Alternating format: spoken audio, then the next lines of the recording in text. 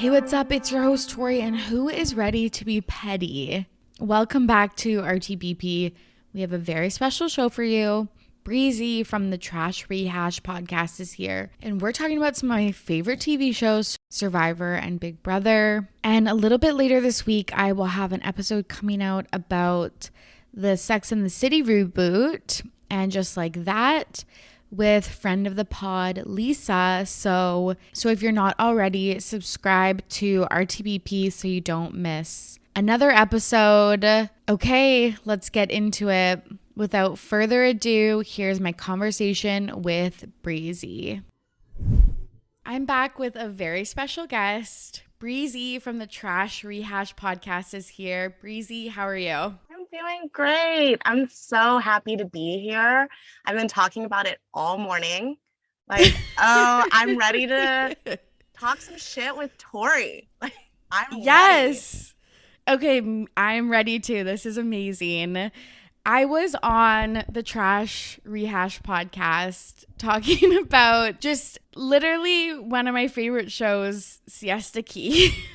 Which seems like a lifetime ago. I'm ready for that show to come back. Tell us a little bit about your podcast.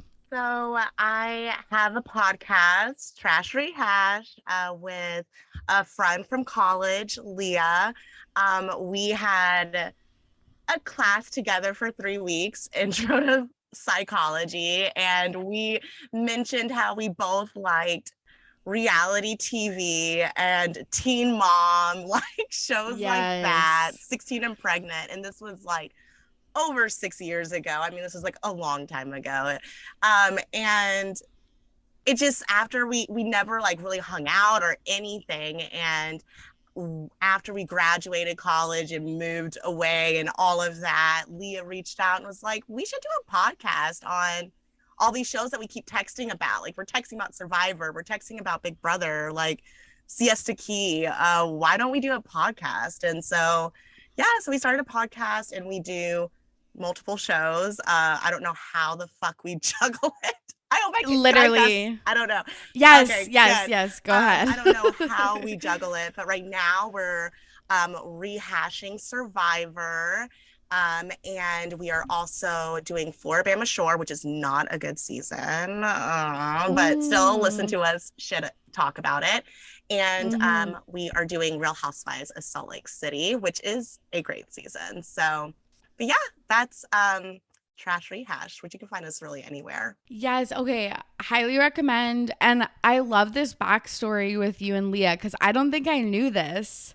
That's amazing. And okay, so I just want to like dig into this, because I will literally never tell anyone that I first meet that I'm into reality TV, because I feel like people have such a bad connotation with it. So you two met in class and you just like said it out loud. No, well, we were like I had my best friend in the class and she had her best friend in the class, and we were in a group together for like this Jeopardy style game in this class. And I might have the class wrong, but I feel like it was psychology. I feel like it's intro to psychology, an interim like 3-week class. Leah, tell me if I'm wrong. And we would see each other like drunk out at bars every now and then too. But we also shared like a love for the same music, like some like emo indie rock music, like the Avett Brothers as well. Like we had like a little bond with music that not everyone listens to around us. But then also I think we both had Twitter, which a lot of people also weren't super into, and we would be tweeting about like our shows and would note it, like talk about it, you know. But it wasn't like, hey, what I think it might actually, I think it was kind of like an icebreaker thing, maybe, of what, and it's always my icebreakers that I love trash TV. Forever, it's always been my icebreaker. So a fun fact. So I think that's kind of how it started. And yeah, it's just, I always knew of Leah as she likes reality TV too, and some of the same music. I still don't know that much about Leah for real. It's crazy. That's all we get on and we talk our shit, and See you next week. I love that. That's so funny. I don't watch Floribama Shore, but it's on my list because I feel like it would be something that I'm obsessed with. And Teen Mom, I'm behind. So is Leah. But that's again something I need to catch up on. Yeah, for Teen Mom, I would recommend Teen Mom 2 and Teen Mom Young and Pregnant. Teen Mom OG is just like needs to stop. I'm still watching it, but it needs to stop. There's just I don't know why I'm still watching it. I'm just watching it to watch it.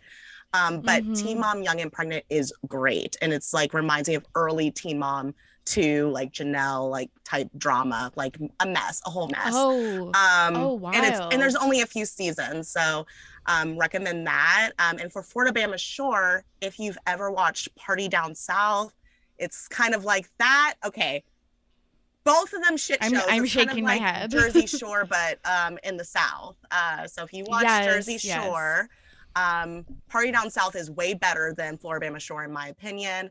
But it seems like Floribama Shore is kind of like a spinoff. But this season's kind of not that great. But the first few seasons, pretty good. Pretty good. Yeah. And Jersey Shore, I need to catch up on Family Reunion too. Yeah, which I've watched. I'm watching that too. It literally never ends. It never ends. It never ends. And I always am late to watch it, and because I'm like, it's not going to be good. But then I start watching it, and I'm like, I usually do it when I'm cleaning. Like it's like a show I can have in the background. Like it does not deserve my full undivided attention. But I still want to know and know what's up, like what people are talking about. And I still get into it, and it's fun to still watch. I know that's sometimes the tough thing about podcasting is there'll be a season of a show that I like don't get to for like 2 months after it's aired. Like I haven't watched The Circle season 3 yet, and I'm like, oh, I'll probably want to talk about it on the podcast, and then people are gonna be like, we watched that 6 months ago. Like we're over it. That's like how I feel about Winter House, because we podcast Summer House when it's in season, and we were gonna do Winter House, but we had 3 shows. We're like, we could not do 4 shows, and and then it was just a few weeks, so or a few weeks, just not that many episodes, and we're like, oh well, we'll just do like 1 episode about it like right after the reunion or whatever. And now it's been weeks, and we are just like, nah, it's too late now. It's too late. Okay, also side note, was there a reunion for Winter House? I don't think there was. There wasn't. I feel like there wasn't a reunion. It just ended. I don't know why I was thinking there was possibly a reunion, but no. I know. I was like waiting for the reunion. Yeah, I guess there wasn't. Maybe I'm just thinking of like watching their Insta stories or something like afterwards, or watch what happens live. I guess they haven't. They should have, because I want to know what's going on with Austin and Sierra. Ugh. Yeah, I want an update on that. I want an update on Paige and Craig. Yeah, I want an update on Lindsay. Which I think, from what I'm seeing, it looks like Lindsay and Craig have something. Not Craig, Lindsay and Carl. Thank you. That's what I mean. Have a little something, and it looks like Paige was on set for Southern Charm, like filming, just a few weeks ago. So, and she met like Patricia from Southern Charm, and so she's gonna be on this next season of that, which is exciting. But yeah, I want to see where we're at now. I feel like Winter House was a year. We talked about Winter House in our Siesta Key episode, and like how like it's not even going to be in the right season. It's just going to be weird of timing that it's going to come out. And I thought it was a perfect teaser to Summer House. Like I am amped up for Summer House. So if that was their like reason for doing it, like it worked. Oh yeah. I'm so pumped. And I think it's going great without Hannah Berner. I think that, I think that it's like, oh, great. They could do it without her. They do not need her at all. So it's great. Absolutely. Yeah. Yeah. Okay. Side tangent, just a small one. I listened to Hannah and Paige on Call Her Daddy because they were specifically talking about their relationship after the TV show, because I would obviously never regularly listen to Call Her Daddy.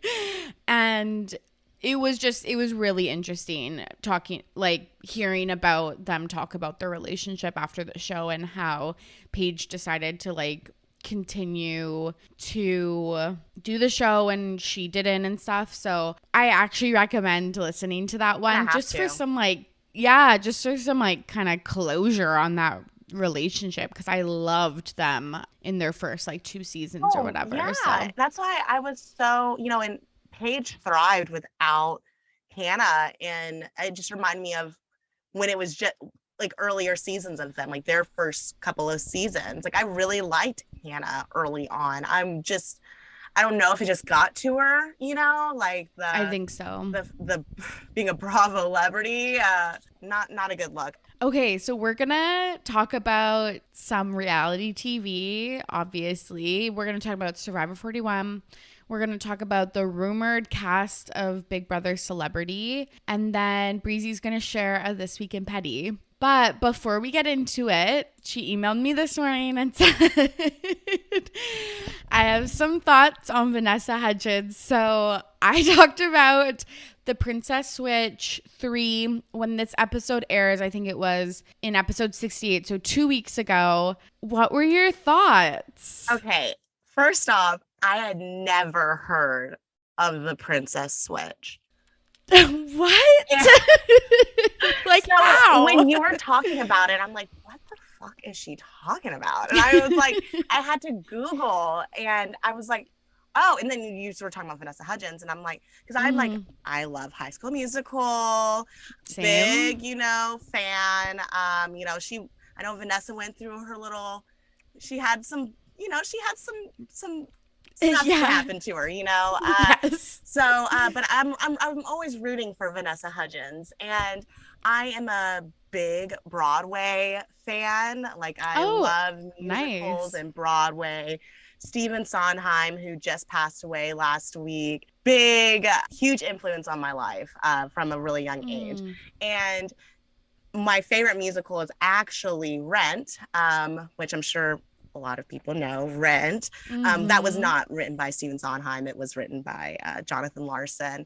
And he passed away the night before his the premiere of Rent on Broadway. It was crazy story. Wow. He also wrote Tick Tock Boom. Tick Tick Boom, Tick Tock Boom, Tick Tick Boom. Can't remember which one it is. Yes. And it is now on Netflix. They created it. It's about Jonathan's life, but it was a one-man show that he did, and it was really good. And I'd only listened to the album years ago. I'd never seen it. And I saw on Netflix though last week that it was on there. And Vanessa Hudgens was in it. And I was like, wow, interesting. I was like, she plays a minor-ish role. It's a minor role, but she is in it and she sings in it and she does really good. And I was happy to see. I was thinking, oh yeah, she needs to stop with these Netflix. When you were talking about it, I'm thinking this cheesy. Is what I got. I was like, also, why are you making a third of anything? I know. Of anything. It doesn't matter. The greatest of all shows, you shouldn't make a third of. Yes. But especially when it's a Christmas movie. Yeah, it makes no sense. Yeah, but I did want to say, give that a watch. It's a Netflix movie. It does say so it's, Netflix does a good job sometimes, but I don't know about those Christmas Hallmark movies, but I will give this a watch. But she does great. So, and also it's a really good thing to watch. So it's more of a plug. Didn't want to talk shit on Vanessa Hudgens, but I don't know if I'm gonna be able to watch The Princess Switch, but I might. I'll let you know. Honestly, okay, have you watched A Night Before Christmas? Yeah, I love Yes, okay, that was cute. I actually enjoyed that. And honestly, Princess Switch 1 was, I thought, good. Okay. Princess Switch 2, I don't even think I finished the last 30 minutes. And then Switch 3 was just it's actually they must think we're so dumb if they are willing to make that movie. But okay, is Tick Tick Boom the one with Andrew Garfield? Yes. Yes. Okay, I didn't know that was a Netflix movie. I thought that was like a movie in the theater. No, it is on Netflix. Oh, Yes. wild. I was Okay, really I've heard really good surprised. things. Yes. Yes, I'm really surprised currently. Yeah.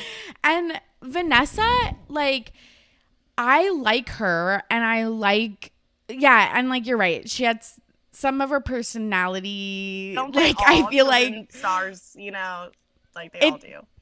There's some cringe things, but I actually think she's really talented. Like, she was in Gigi Mm-hmm. on Broadway, or like at least she maybe guested a few Yeah. weeks or something like that. And I'm like, she's actually really talented. And like in High School Musical, I think her voice was like a little nasally, but I was like, she was also probably like 15 or whatever. She's obviously like grown up. I think she's a great dancer. I loved her in Grease Oh my on goodness, like yeah. NBC or whatever. Yeah. I thought she was great as Rizzo. So like I like her personally, but I'm like, why, if you're in stuff like Tick Tick Boom, why are you doing stuff like Princess Switch 3? Like, that's so weird. I know. That's what, when I was hearing, I was like, why is she doing these little side projects? I mean, like, get your coin, but like, how much is that coin? And it's also like, does that put respect on your name when they look at what you've been in? Yes. Okay, that's what I think, because it's like, yes, get that paycheck, and like you're getting lots of, not airtime, but like news about you if you're in a Netflix movie, because Netflix, like, everyone has it. But I feel like you're not going to be taken seriously when your IMDb is like the Princess Switch 3. Like, I don't know if it's like the title of the movie too that just sounds so like, who? I need to talk to the creator.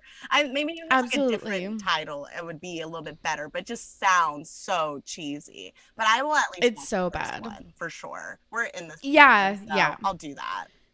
Yeah. And report back. The first one is like cute, and then it just gets super gimmicky and stuff. Should have left it at that, because I was like, also do another one. Like, I loved, again, I feel like I've said this a million times, which is getting embarrassing now, but like, I loved A Night Before Christmas. Princess Switch 1, great watch, but it's like, you just do another Hallmark-y Netflix movie. So yeah, we'll see. But I'm also really excited, speaking of High School Musical and Christmas movies. Okay, I think it's called, like, not The Last Dance, but it's with Chad from High School Musical, Corbin Bleu, and Monique Coleman. Oh, really? Who plays what's her name? And it's one of the smart people. Yeah, I was literally gonna call her Kelsey, but it wasn't Kelsey. That's the annoying, I think, pianist. This is gonna kill me. I feel like it starts with an S, and I don't know why I think that, but I'll have to look it up. Yes, okay. Sorry, Monique. Brutal. But they are in a Hallmark movie, so I'm like so excited, like, together, and it's a dancing one too. Oh, she's Taylor. Her name's Taylor. It's so obvious now. So Corbin and Monique reuniting for a Christmas movie. It's like all of my interests in one thing. So I'm excited for that. That'll probably be the last Christmas movie I watch this season. I can't believe I didn't see anything about this. I don't know. Maybe I'm just not I don't see anything with these Christmas movies coming around. Yeah. I always just watch like the same ones, like I always watch A Christmas Story and The Grinch. The maybe classics. The Little Drummer Boy, but I don't really do that much. The like cheesy ones. Yeah, I get that. But like Corbin Bleu just joined TikTok too, and is doing a lot of TikToks with her, and it's so cute. Yeah, especially when you said they're gonna be dancing. Oh, this is gonna take me back to the cafeteria. Yes. I don't think they're singing, but there's definitely dancing, and they're both good actors. So I'm just excited for this. Yeah, I'll watch that for sure. Okay, let's dive into Survivor 41. how have you been enjoying this season? Like, do you like it? Is it a good introduction back into Survivor after a year off? Yes. First off, I was like, damn, they've been off for a while and they had too much time because there's too many damn twists. But the cast is just so good that I feel like they're still making it enjoyable even with these terrible twists, in my opinion. Like, I don't mind a twist here and there. But I feel like they're going a little too far, especially since it's already cut down to 20 something days. But I'm loving this cast so much. Same. We in our podcast, we like to end with saying who our favorite of the episode was and who our least favorite was, which is kind of mean, but whatever. It's like a little prize for the cast, because you could be at the bottom one week and be at the top the next. Like, it changes. But we like struggle to pick out our least favorite week to week. It's like we like people obviously more than others, but there's not anyone that's just like the clear like bad person, the villain. Because I love a villain if they own it, but yeah, no, I'm loving it. Me too. I think that this is one of the best casts in years. And it does suck that some of these twists and just they shortened because of COVID. They had to quarantine. They shortened the game from 39 days to 26 days. So just that kind of frantic gameplay and then all the twists has sometimes in the episodes taken up more time than just like hanging out with the cast, which I don't love, but it's been such a good season. I don't know if you watch the secret scenes. Mm-hmm. Yes, okay. The secret scenes and the Ponderosa videos have also been top notch. And if people don't know what we're talking about, CBS posts bonus scenes and videos of the voted out players going to Ponderosa, which is the place that they stay when they're on the jury. And just seeing the personalities and the interactions with this cast has just brought so much joy into my life. And yeah, I just think it's a really, really good season. I think it's going to be one that really like stands the test of time and is like highly regarded years to come. Like, I think it's going to enter one of those kind of like classic, like heroes versus villains, David versus Goliath, like kind of those big, well-known seasons. So I'm just super happy with it, even though obviously I'm sad that a bunch of my faves like Nasir and Shan got voted out so early. Like, obviously that's very disappointing, but yeah, I'm just stoked on the season as a whole. Yeah, I've been watching Survivor. So my favorite reality TV show is hands down Big Brother. I love strategy. I live for the live feeds. I am a live feeder. I will be at work out and like on my desk. I asked for an iPod for Christmas like a couple of years ago. And my parents, or it was my birthday, they got it for me, and everyone's like, an iPod? You're 27. What are you doing with an iPod? And I'll have it like up at my desk with the live feeds going on while I'm working throughout the day, But I started watching those two shows like young, like really early, and what I loved most about it was like all the strategy and how there's just so much that goes into it, more than just playing these competitions and voting someone out.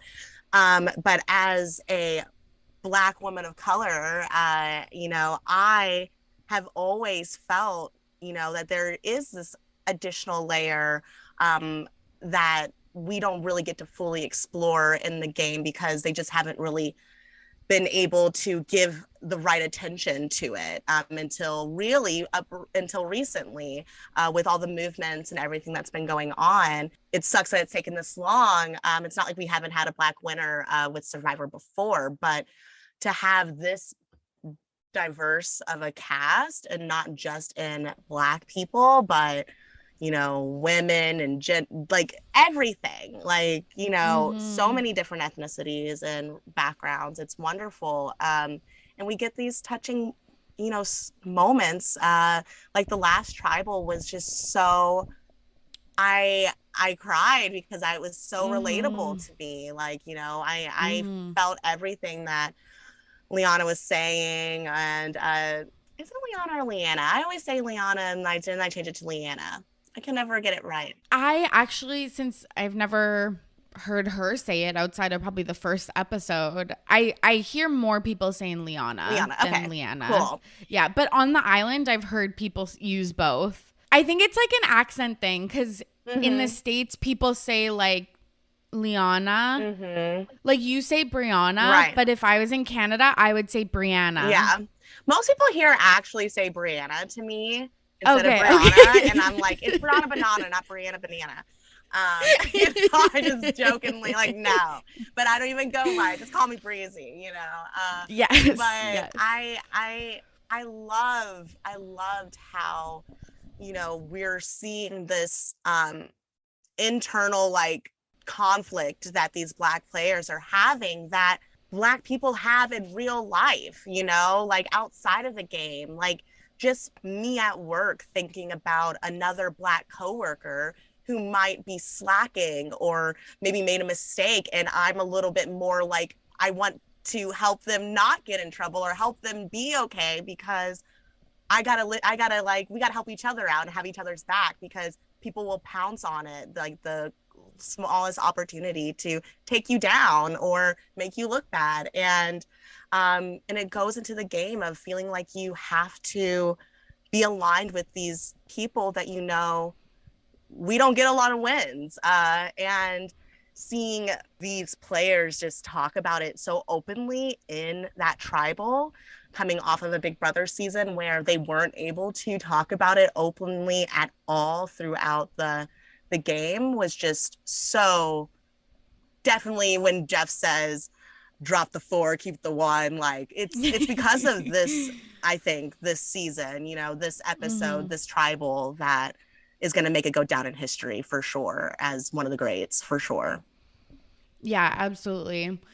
So much that you've said that I want to talk about, because I think I love how you put that into a real world context for people, because I think that people could think like, oh, that's a TV show, or they're thinking about the backlash of the public. But so you're saying that this happens at our workplaces, in your family, like where you, want to lift people up and make sure that there's no outside criticism for making mistakes. So basically you're saying, which I know is true, but I just want to nail this for the listeners, you just have less room to make mistakes because of your race and because of racism in our current context in this world. And the Black players were really explaining that in the season, that like, especially with the Shan move, they knew she was the winner picked. They know she was steamrolling to the end as like the clear winner. And they wanted to keep the Black Alliance together, but they felt like they needed to get her out at some point. But they just felt this inner conflict because, the historic Black Alliance, like there's so much pressure, just like additional pressure on these players. And I didn't watch the Big Brother season. I still follow because I'm in the obviously reality TV world. So I still know the gist of it, but I didn't know that it wasn't explored on the TV show. Well, it was like, what I mean of, they talked about in Big Brother in their diary room sessions, like how they're struggling with this, like how they need to make it to the end as a 6, like the 6 Black people on the cast make it to the end as a 6 to guarantee that there's going to be a Black winner for the first time in Big Brother US history. And so, they talked to us about it, but they weren't able to talk about this in front of their white other cast members. They sent them all out without them knowing what was going on until they got into the jury and they talked about it, like, oh shit, like the black there's a black alliance of six that just like got our asses out, like damn, like right in front of, like they duped us. But they had this huge guilt that they're not going to understand, and that people are going to think that we're racist, and but there's like a bigger picture there.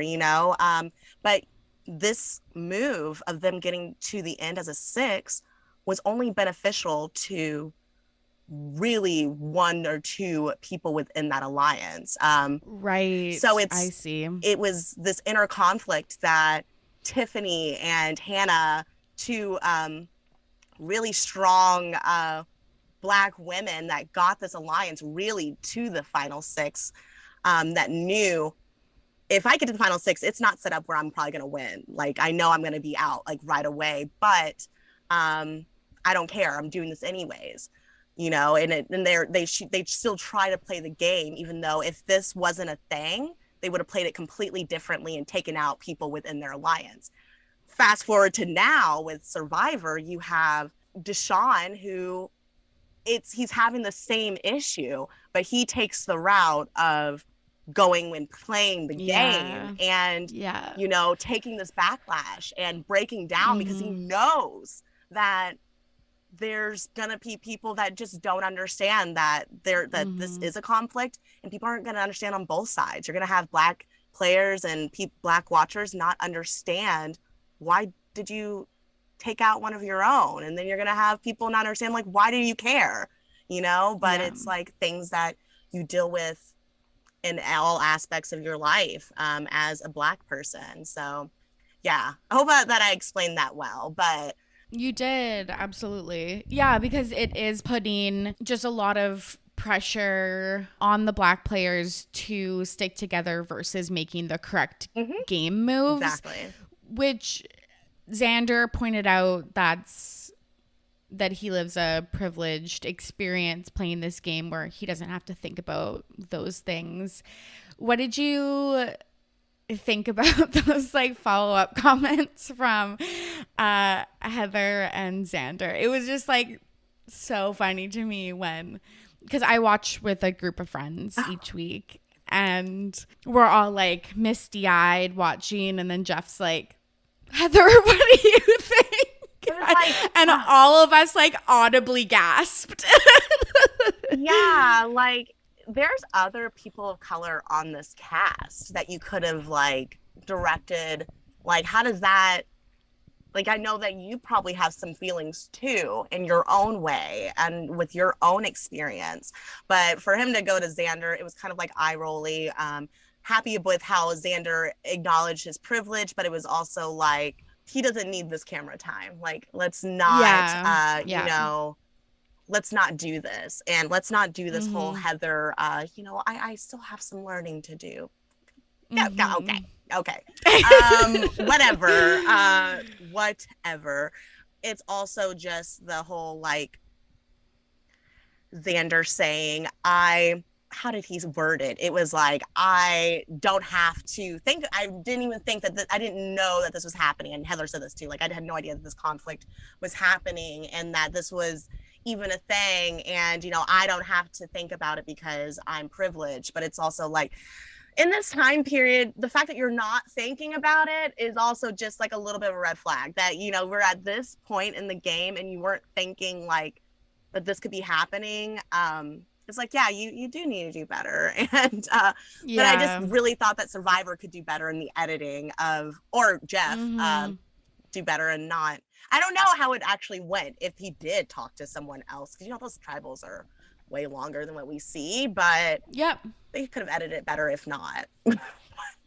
Yeah, absolutely, because it was like jarring, I think, and I feel like a lot of times when there is discussion about race on TV, it is set up like just Black and white people, and it is odd, and it would be like interesting to hear about Ricard and Erica's experiences as well. And so I kind of thought that was a loss. And then, so this is my meta brain working.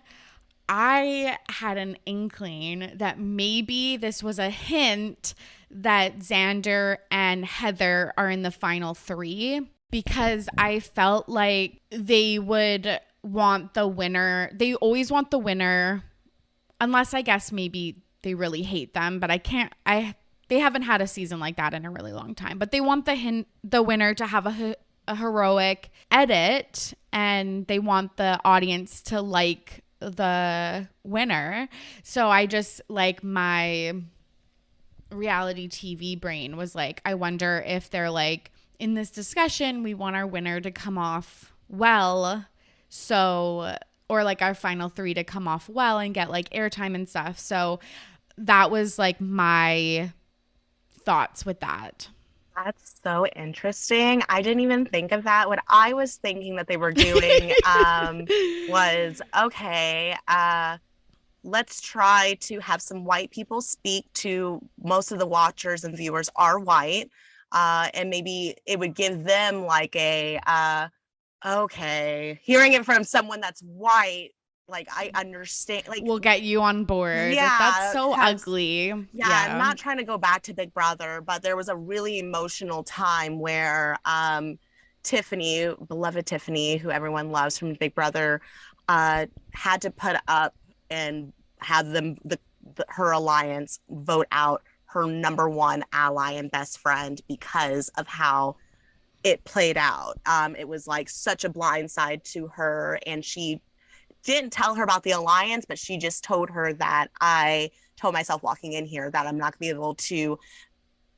able to vote out or have someone go out that looks like me, at the hands of me. So I'm sorry, it like has to be you. And she completely understood, and she like cried and had no. This was Claire. Yes. And very, it was a moment that it was so raw and real. Like I'm getting chills thinking about it. And her diary room session, she was just bawling her eyes out.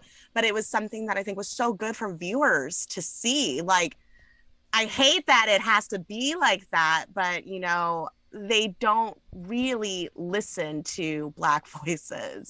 We need for allies to sometimes speak for us or uplift our voices. But it could have been that, but honestly, I don't know if CBS is thinking like that. But yeah, I can see Heather easily being dragged to the final 3. So yes, and Xander winning his way out, winning his way there. And he still has his idol, so I know it would be such not a disappointing end, because I think Xander's had a great game, but I just remember at the beginning of the season, we're like, it's our first like 50% BIPOC cast. The women were voting out all of the men in the early days, so I was like, this is gonna make such a good ending. Then I was like, ugh, I feel like we are being set up for a Xander win. Which, like, no shade for him, like, he played a good game. He has some, like, I think he's cool as a cucumber. Like, I think he is a good Survivor player, but I'm like, oh, like, again. Well, I feel like we're being set up for a Danny win is actually where I feel like we're leading to. I feel like the edit's giving us Danny. I feel like it's telling us, and I'm sorry to keep talking about Big Brother, but that's this is great. Xavier and from Big Brother, and it's like this final 4 was set up for Danny to win. It's like Leanna and Shan were not going to like Shan, like, yes, she would win, I think, at the end against anyone, but I'm saying like keeping Danny and Deshawn in the game ended up being their downfall. It was really like they went out at the hands of them and Ricard, but their closest allies. But it was like, if they would have gotten those people out and kept more of the Heathers around, people that you can really control and, done things for their game as opposed to for, the 4, who knows how it would have been. But I think right now it's set up where it could be like a Danny, Deshawn, and Heather final 3, or Danny, Erica, and I don't think Xander's gonna make it to final 3 actually. Like, and I have Xander in my Survivor pool with Leah's family. I put in 20 Cute. bucks for it. And I just got random two people, and I had Jeannie, who went out, early, and I uh had Xander. And I'm like, okay, I got little white boy, better get me that money. So Honestly. like I am like, okay, I want that money. But Yeah. I don't know. I think he's gonna go out if he doesn't win out. Because I see that Danny is not someone that, he's the one who first noticed that the women are taking out the men and jumped on that right away. And I think he's going to know little boy's going to win out. Like, he's my biggest Yeah. competition. Got to get him out. So I think he's in trouble more so than Deshaun, but we'll see. Okay, that is really interesting. So Xander, so they're at final 6 now, and Xander will play his idol next. I think it only goes till 6, right? I think he can only play it. Does it go to 6 or 5? I don't know. He'll I probably play can't it either way, remember. right? I don't know. He used his extra vote. Yes, he used his extra vote to get out Liana, which was devastating. I was like, I don't think he's going to do it because he doesn't need to. Yeah. And then I saw like the really wrinkled piece of paper with Liana's name on it, and I was like, that's definitely him. But okay, so I could actually see a Danny win too, and I would have not been saying this earlier, but I actually could see him winning if he goes to the end and says like, I was lockstep with Deshaun, but all of the bad blood got pinned on him, and I did that on purpose. Like, I could actually see that if he like illuminates those parts of his game, because Deshaun is getting all of the backlash for the moves that they're making together. So I could really see that. But some of these votes, like with Shan, obviously Deshaun and Danny were like, this is like the move for us. But now they seem to be on the bottom. Then they lost Liana again. So I just feel like it didn't work out the way that they wanted. So I feel like these two last votes, Shan and Liana, they played poorly or like didn't have the agency that they thought they did. So I was like, that's pretty late in the game to kind of have these errors. So I was like, but I definitely could see, again, if Danny is next to Heather and possibly Erica. Be close between Erica. I would feel like Erica and Danny could be close. Close, like maybe it would be split between them, the two, but Danny would get the majority. So, yeah, I don't think that that's like I definitely can see that. I just have a sneaking suspicion, and I think, again, I'm just like reading the edit too much, but I really just think it's Ricard, which I'd be happy with. I would love a Ricard.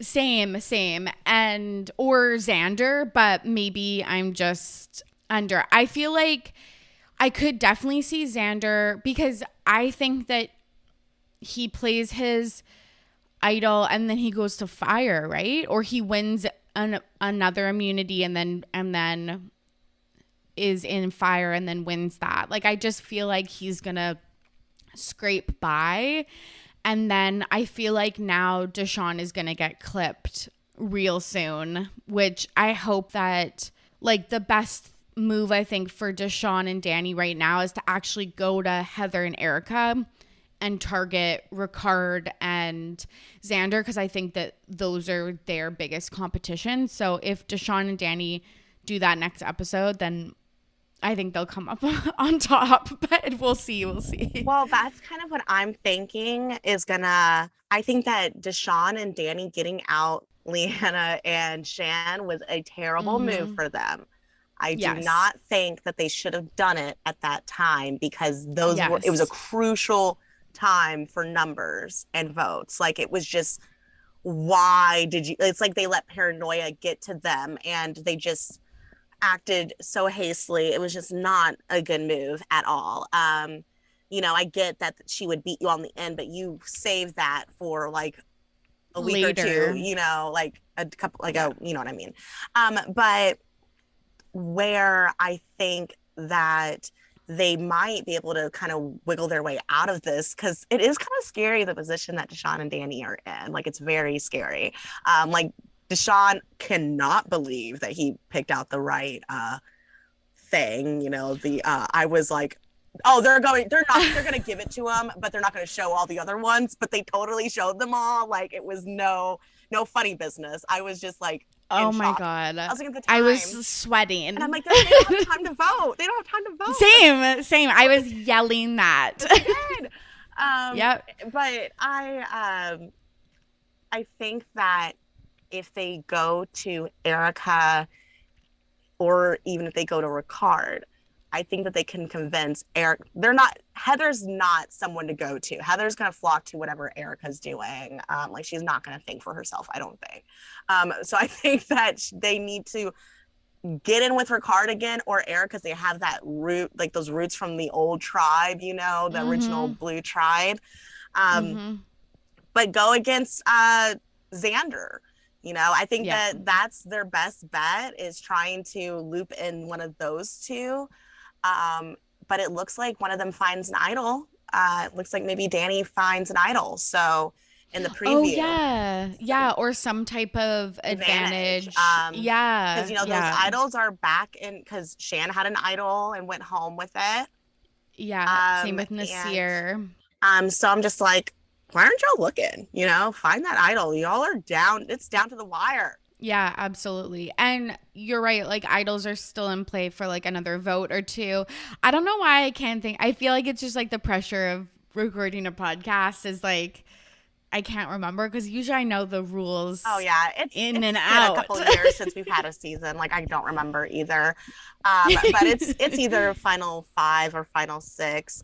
And some of them are different. Sometimes they'll say it's good until it expires like early, final 9 or something, or by the merge. It just depends. But last episode was the last time they could use their shot in the dark. So. It's like, oh, right. And we've had but that was a thing too with Leanna. If she would have rolled it, she would have lost her vote and could have gone home. When it would have been in her favor or a tie. But she didn't roll it and she would have gone because he used that extra vote. But it's just like what do you do? And that's like a twist where it's just that's an okay twist. I don't mind that twist. It's the other ones that are just too much for me to handle. I'm in the exact same boat. That actually is an interesting one because you have to figure out what type of player you are. Can you rely on your allies to carry the vote for you, or do you need your vote to like break a tie or whatever? So that is actually an advantage that I like. The do or die one, I think it was fine for this game, but I don't know. I don't like when they play like with the hourglass reverse time one and then this one. I don't like when they like mess with the immunity challenges because I don't know. I think that there should be some rules in Survivor that stay the same because, and maybe I'm boring that way, but because you have to rely, like going into a season, you have to rely on game rules and like the structure of the game to make educated guesses and decisions. So I just hate when they throw twists in that you just can't, like, not that you need to plan for them, but that you can't like even react to in the moment. And I guess this one, the do or die twist, like the educated guess would be like, am I going to be last? Like, am I going to be the first one out of this challenge? But I just didn't love it because then people like Heather and Liana said this too, like, oh no, I knew I needed immunity. I possibly could be the first one out. So I decided to sit out. And it's like, this is when she needed it most. So, and who knows if she would have won or not, but it's like, she didn't even have a fighting chance at immunity because of this twist. So I don't know. I go back and forth and I feel like the outcomes dictate if I like the twist or not. Yeah. Because like this one, I was like, it was fine because Deshaun stayed. But if he won, I was going to be like, this is awful. Like what a sad way to go out. Yeah. Well, and that's kind of what I said about the hourglass one. I was like, I know this is a shitty twist because if it was the other way around, I would be upset. And that's not right. But it's like, I don't think it's boring at all for you to think like, keep, like back to basics. Like it should be just like there should be some especially when it stunts their strategic, gameplay. When like the twist should be, you don't know who's gonna win the immunity challenge. Immunity, yes, like that's the yes, twist. You don't know. yes, You don't know what the challenge is yeah, gonna be. You don't know who's gonna be on your team, if it's gonna be a team like challenge. I really liked the twist of them doing when they're merged, having going to tribal and both having like that's a good twist. I like that. yes, Because it's still like the same game, but it's like yes, it's forcing. I talked about this in one of our episodes, and it was like, it's making it to where it's reminding players for future seasons, like when you get to that merge, you need to be having relationships with everybody, because you never know. You might get a twist where you are not everyone's voting, and it's just like some people, and you need to have at least one or two allies. Like that was a great twist. I was here for it. yeah, Same. Yeah, I love this season, and Leanna, I keep changing it. I know, winning, me too.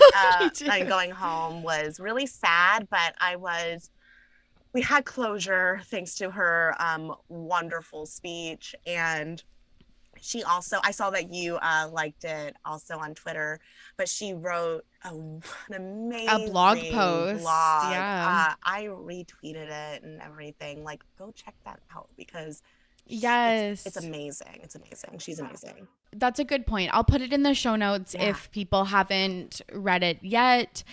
But I'm just so happy also because I love Survivor for the social gameplay and the way that real life plays out on the island, and that people are thinking about these things. And so that's why this season I feel like has been so amazing for me, because you're not just viewing them, but you're hearing about it in real time from the players about how the real world context imposes itself on the game. And it's just so fascinating to me. And yeah, I'm just really grateful. I like the way that Shan and Deshawn and Liana have spoken, and Danny. We haven't heard as much from him about it, but has just been so great. And maybe not the I don't know, Facebook.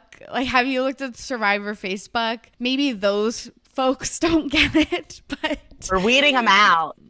yes. The new era. But it has been so beautiful to watch, and yeah, just a joy to learn from these players. And I don't want to say I'm optimistic about future seasons, because I feel like with The Bachelor and Big Brother and Survivor, like I'm always kind of let down, but I've just been, really impressed at the way that these players have changed, really the reality TV landscape. Like, these are the big reality TV shows, so these are the giant, and that Liana mentioned, and it got airtime, that it was from minority players in the past that really advocated for the casting requirements to have a more diverse cast. So it was just great television. It was. And it's us fans too, applying that pressure of what we want to see and what's not acceptable, what's not okay. And, and that gives those cast members more confidence to speak out when the casting is wrong, or, what they know that they're experiencing is not okay, or what they're seeing. So yeah, it's a team effort, but yeah, I'm with you on it. Let's just see where we go from here. Yes, 100%. And yeah, that's a really good point. It is up to the fandom to also advocate for the changes that we want to see in TV. And just, again, that this isn't a new issue. This has been happening since the start of Survivor. We're just, maybe some people are viewing it in a different way, or we're just hearing about it more because they're allowing us. They're not just snipping those in the editing room floor. They're actually airing it. So it has been this pressure of BIPOC cast members or, you know, any representative of a minoritized group, like, has this pressure, but we're just seeing it more on our screens. So it's been there since season 1, 2000. 2001. Yeah, 2000. Yeah. Like 2000, yeah. 1999, 2001, something like that. Yeah. Yeah. A long time. So let's jump into Big Brother Celebrity, the other giant CBS show. I'm really excited because I'm just finding Big Brother like the 3 times a week in the summer when I don't have a TV, so I have to like source the episode. It's just a lot, but Celebrity Big Brother is just a few weeks. It's a shortened season. So I think I'm going to watch it. I'm really excited. It's airing in the new year. And this week we got a list of rumored cast members, so I thought we could talk about them. Did you watch the first 2 seasons of Celebrity Big Brother? I did. I did not watch them live. I usually watch Big Brother live, but when they were airing, it was like impossible for me to watch them live. But since it's so much shorter, I don't feel as like, but I will be watching it live this time, this season. Yeah, y'all know I love Big Brother. So of course I love Celebrity Big Brother. Like, and the Celebrity Big Brother casting is so random, and that's what's so great about it. You know, like you get like the lead singer of Sugar Ray, you know, you get like a little bit of everyone. You know, so this rumored cast gets me so excited because you get live feeds for Celebrity Big Brother as well. So you're going to be able to see, you know, these people whenever you want, and see if they are really cool in real life or, you know, not just the edit. So I'm pumped. Yeah. Which is interesting because I feel like celebrities could take this as like redemption if they're like an evil, like someone who needs a redemption story, or this could be like, you get canceled because you're awful and you're like exposed on live feeds. So it's really roll the dice, and I kind of love that. Yeah. Especially, is it too much if I say someone that's rumored? Can I? No, yeah, let's get into it. If people aren't interested in the rumored cast, I have timestamps in the show notes. Just like skip ahead, but we're going to talk about the rumored cast. Okay, because when you were saying, yeah, like you don't know, except it's different when you have a cast of nobodies, you know, but when you have especially someone rumored like Boston Rob, you know, who is like a legend on Survivor and has played in like 4+ seasons or, you know, whatever of Survivor, and is like loved, and Survivor is very edited. This extremely edited. So really, I mean, are you sure you want to do that? People like Lisa Rinna from Real Housewives of Beverly Hills, like, are you sure you want to do that? You know, like there's just some people where I'm just, people open, like you talk, you're living with these people. You're gonna be bored. Lots of downtime. You forget about the cameras at some point. Yeah. And people are I think they think that, people aren't really watching, you know. Oh, we're watching, and we're recording, and we're writing, and we're podcasting. And yes, I will call you out. So, but yeah, I'm so pumped though still. That's a really good point. Like, obviously the percentage of people that watch Big Brother, it's a small group of actual live feeders, but it gets posted on Twitter almost immediately, and then people follow up. So I'm just really excited. Okay, so you mentioned Boston Rob. Let's start there. I would be absolutely thrilled to have him on the cast, because I think what makes a good Celebrity Big Brother cast is a few people who actually want to play the game, who know strategy, or like, because like we had a lot of, I'm not going to remember their names, but there was Jonathan Bennett who was like actually wanted to like strategize. And I remember there was also the girl who she She was an actor in American Pie. Oh, Shannon. yeah, I can't think of what her last Yeah. name is, but I know what you're talking about. Yes, and she was like, I really want to like actually play the game. And then there's a mix that are just like, we're just here for the paycheck to be on TV. It's like a fun opportunity. And I feel like you have to have a mix. And Boston Rob is like literally the perfect person to come on, that it's like you're a celebrity in the CBS world and just like for classic Survivor, but he would also like know the strategy. So I would just be really interested to see him play. Yeah, when I think about Boston Rob, I'm thinking like, he's coming in with a reputation to uphold. Like, and I'm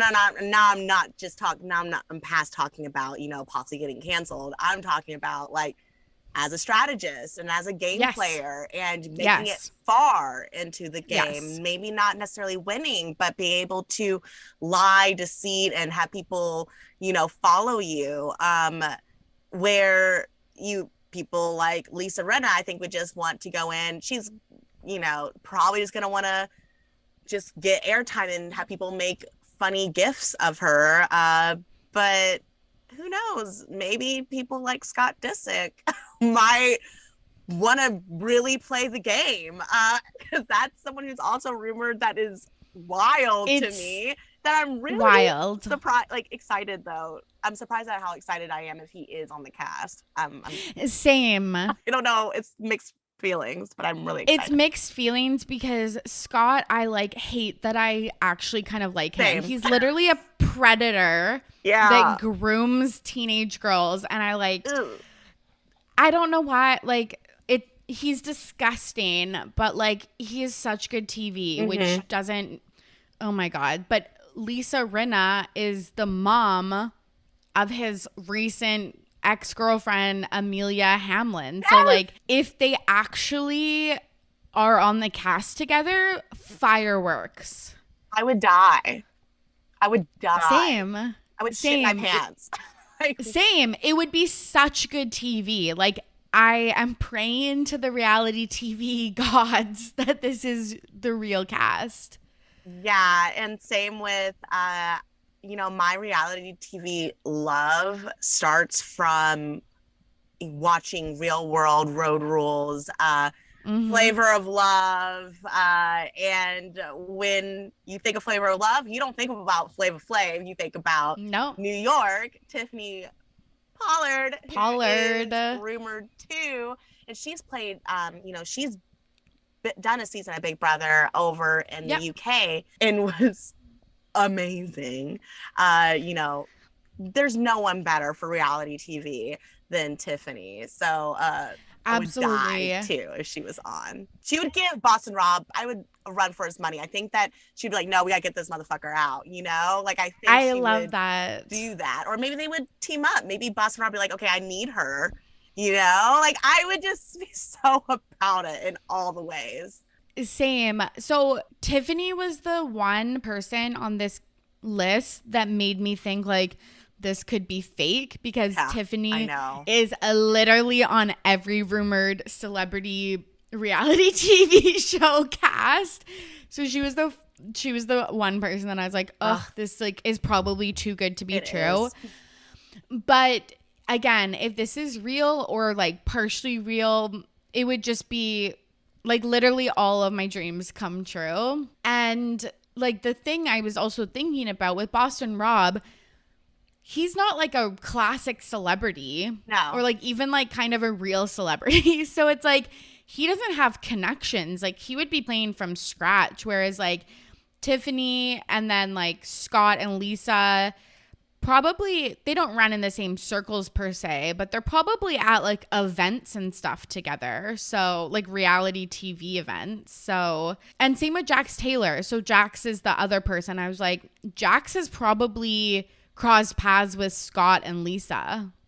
Yeah, especially Lisa Rinna, with her being on Real Housewives of Beverly Hills with Lisa Vanderpump and Vanderpump Rules, Jax Taylor, who just got fired from Vanderpump Rules last year.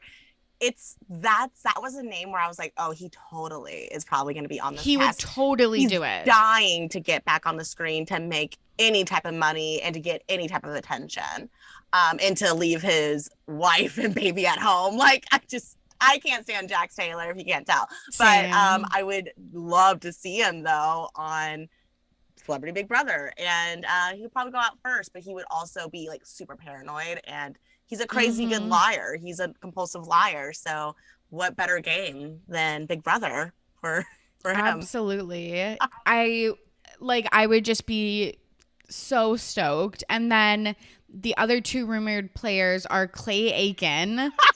Which it was just like, oh, I haven't thought about Clay Aiken since like 2000. Where's Ruben Studdard too? Yeah. Okay. Kelly Clarkson, are we doing Fantasia? She's too good. She's too good for Celebrity Big Brother. Like, I was like, what? Does he still make music? I think he does, actually. I don't listen to Clay Aiken, but I'm just like, so random. Would he backstab?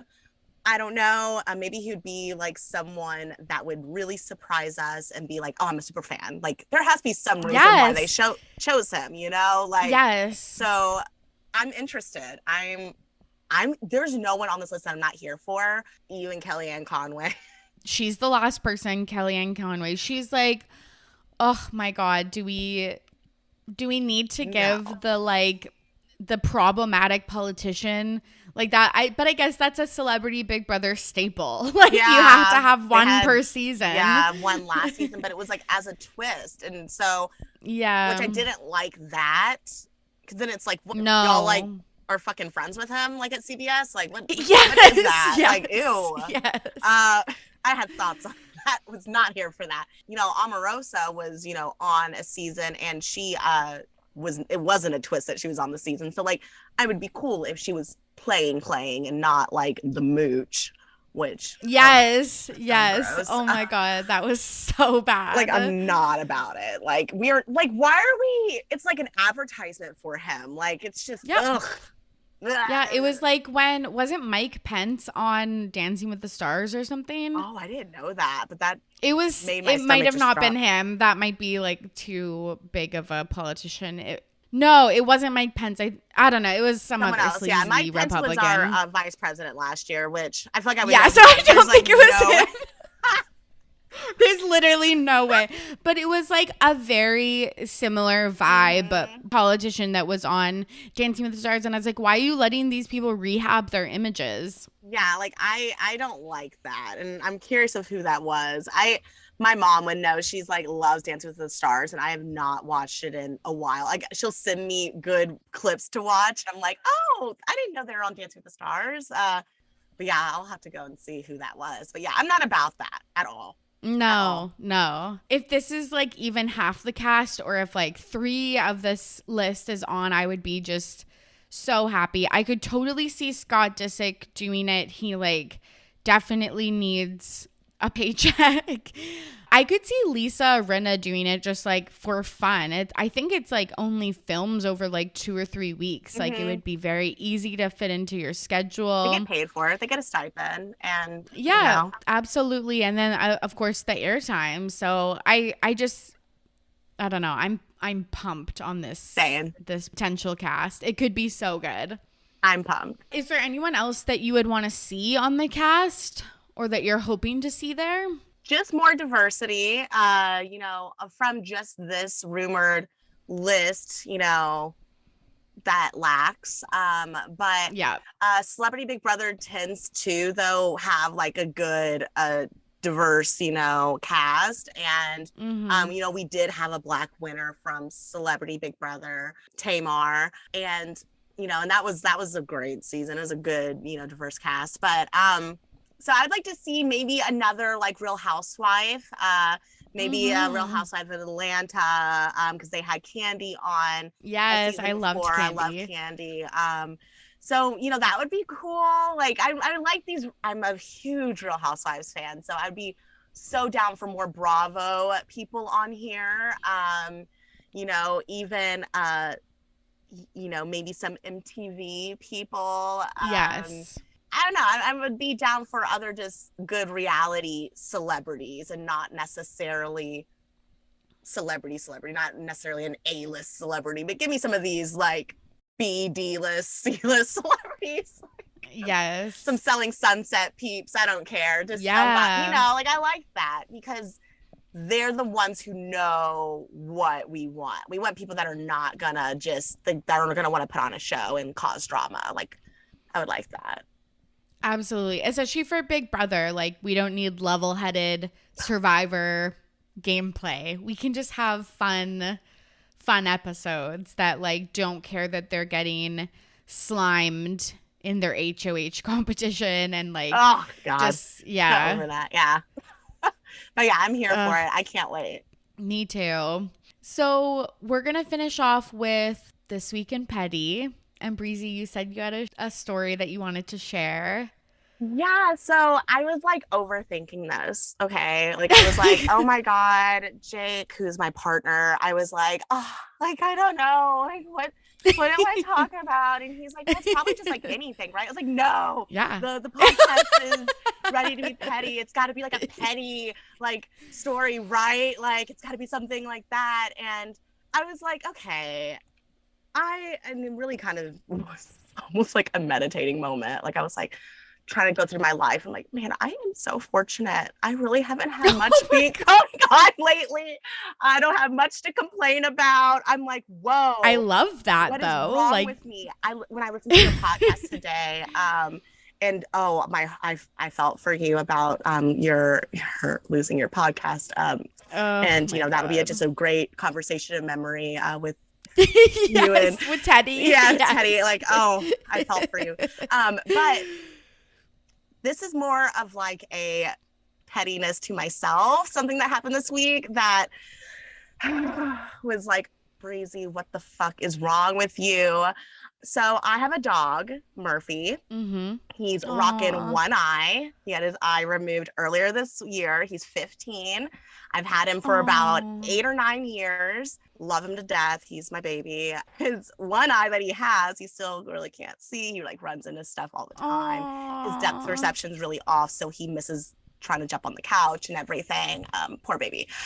But so I'm at work. I miss this call. And it says like Mark last. And I'm like, who is that? Like must be like their last name. I ignore it. I'm at work. And then I get like 2 more calls from the same person.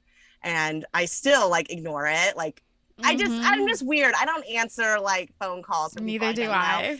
And then they leave a voicemail. And I listen to the voicemail and it's like, hi, Brianna. This is Mark. I have your dog, Murphy, and just give me a call back. He's safe, but just give me a call back when you have a chance. And I'm like, wait, what? Like, okay, so just to set the scene, I live in like a condo. They call them like a patio home. I'm attached to someone. I can't have a fence.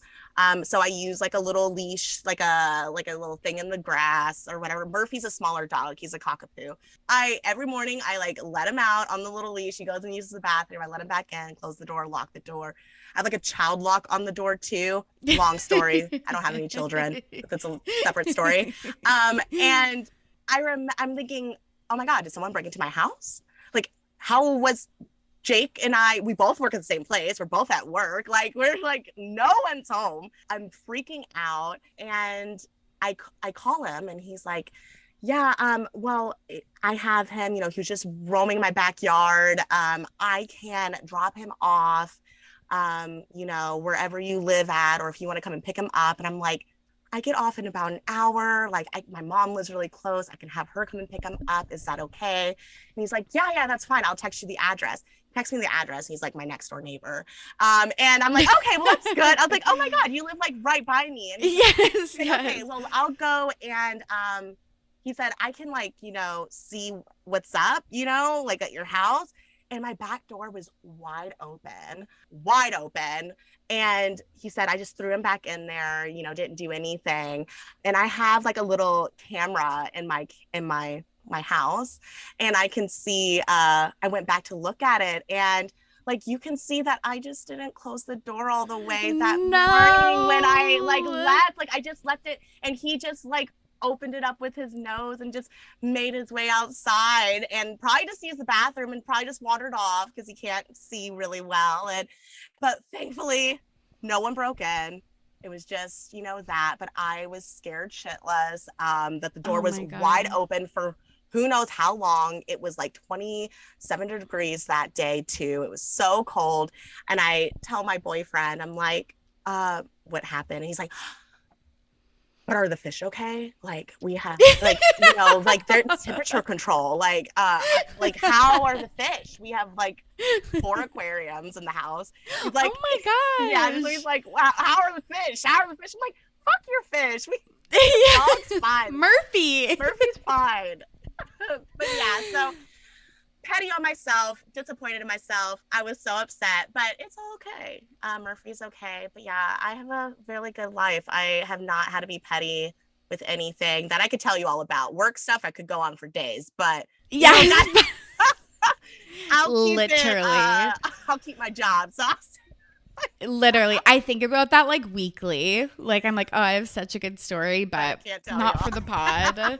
Okay, I was so scared that you were gonna be like, Mark had Murphy like for ransom, like he was like kidnapped. It's gonna be a way worse story, but like no, I was just like so scared and so upset, especially like thinking, wait, how the fuck did he get out? And then I'm also like, I told Mark, I hope he didn't like see when my house is so dirty right now. Well, not now, but at the time I was like, oh my god, the patio is a complete mess. We have a compost pile, and instead of like, sometimes we're just a little lazy and we'll just leave like the compost like right outside the door instead of walking it to the pile. And so he was probably like, ew, these people have like eggshells and banana peels and coffee grounds and shit like right by their door. That's so like, funny. And they can't take care of their dog. Oh my god. But I gave a gift card with this cute little card I found. It was like these cactus saying thank you in like 12 different languages. It was so cute. But yeah, so it's good, thankful for that neighbor. Shout out to Mark. Yes, shout out to Mark. I absolutely hate when something goes wrong. Like this is kind of like my podcast episode, like where it's like something goes wrong and then you like think back and you're like, oh no, that's on me. And you had video evidence. Like there was no like misinterpretation or like can't blame it on like Murphy like sneaking out or whatever. It's just like, oh yeah, that's on me. And he's known. The reason why we have the child locks is he actually was going through a phase of opening the door into the garage and scratching at the garage door to get out and breaking the wire into where the wire, like the garage, and it would only be whenever I would leave. So we have these child locks on to keep him, and now he doesn't do it anymore. So I was like, he has tried, like, gotten out of a door before. I wouldn't be surprised if his little one-eyed ass is, popping out of the door again. But no, it was. I'm happy he just went close. Yeah, absolutely. Because I'm the type of person who would 100% try to blame it on someone else. I was like, oh my God. I was like first thinking, did Jake let him back in this morning? Yes. Who let him back in? And it was like, oh, I'm totally me. I always let him out in the mornings. Like, it's my job. That's so funny. Shit. Yeah, can't point the fingers. Okay, well, now that we've heard about Murphy, you need to send me a picture so I can post it and let the listeners see this one-eyed dog. Yes, I love it. I will. He's sweet. He's a sweet dog. Well, thank you so much for coming on the podcast. Super fun, lots of interesting topics. So I super appreciate you coming on. Where can the listeners find Trash Rehash and anything else you want to plug? Yeah, Torry's probably like, Breezy has a lot of accounts. I have. I love it. I love it. Personal that I have like my real friends like on for Twitter and stuff. But I also have like my alternate Twitter, and I have the Trash Rehash Twitter and stuff. So you can find Trash Rehash on Twitter at Rehash Trash, because Trash Rehash was taken, and on Instagram at Trash Rehash. And you can find me on Instagram and Twitter at Queen of Trash TV. The real queen is Tiffany Pollard, but I'll just be her, backup. But yeah, you can follow the podcast, and we usually have a good podcast out a week, so check those out though. But yeah, thank you so much. Thank you. And there you have it. I hope you enjoyed my conversation with Breezy.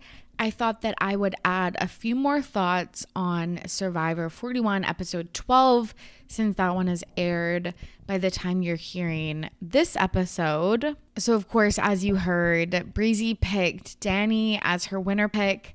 Underrated for sure. I don't think I actually appreciated Danny's game as much as I should have until this episode and listening to some of the episode coverage. But I will eventually do a rewatch of season 41, and I think I'll see a lot more of Danny's strength in his social game, which we don't always get to see on Survivor. I think since social games aren't pinned down to one specific move, it's harder to showcase on a TV show and in the edit. And we made the assumption that he was going to get an idol, and unfortunately he didn't.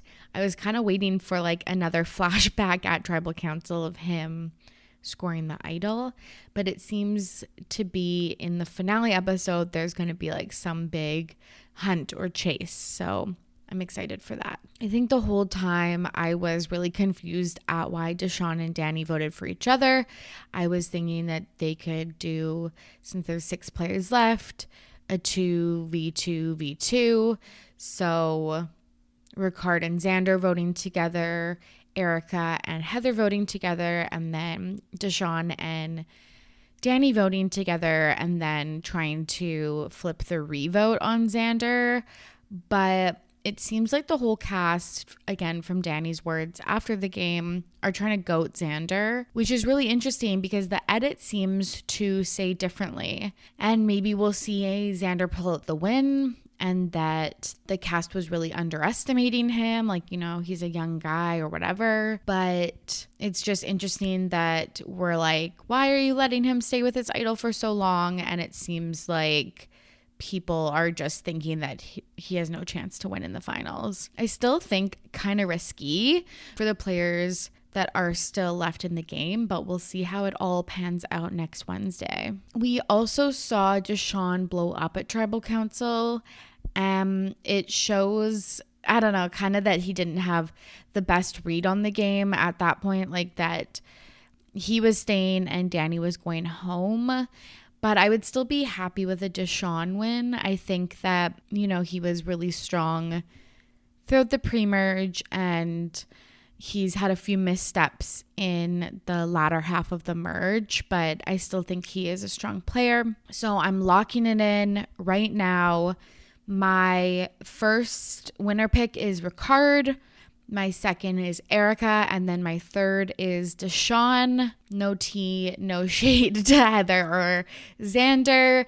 I think my fourth choice obviously is Xander, and then fifth would be Heather. We also talked on the podcast about BIPOC cast members speaking up and demanding more diversity from the Survivor production. And I just want to highlight that is a group called the Soul Survivors. They worked in tandem with the Survivor Diversity Campaign. If you want to learn more about their calls to action of CBS, as well as something that I didn't bring up in the show, but as everyone knows, I'm sure, who is listening, Survivor has a lot of returnee player seasons.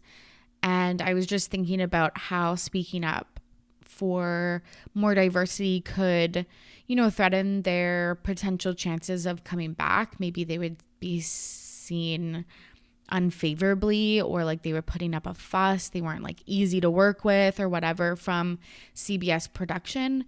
So I was just thinking about how difficult that might be, and that might be, putting your chances at playing, the best game in the world on hold or forgetting those, which obviously I hope that doesn't happen, but just thinking about the possible repercussions and how difficult of a choice that might be speaking up about those things, as well as, again, this pressure of these players having to choose between the game or their community. And I feel like my conversations about race or other identity groups can sometimes be clunky, but I just always want to say, give it a go, have these conversations with your family, friends, colleagues, etc. That's how you grow as a person.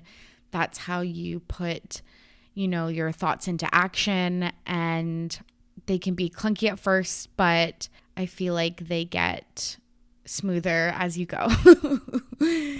Okay, the last thing I want to say before we wrap up today's episode is I must have missed this or I was reading a different article, but Miranda, why did I say it? Miranda. I have no idea. Miranda Cosgrove and Kim Chi, who is a amazing drag queen, famously from RuPaul's Drag Race, were also rumored to be on the cast of Celebrity Big Brother. We've talked a lot about Miranda on this TV show because of her involvement in iCarly, which I love, but I don't think I need her in my Celebrity Big Brother house.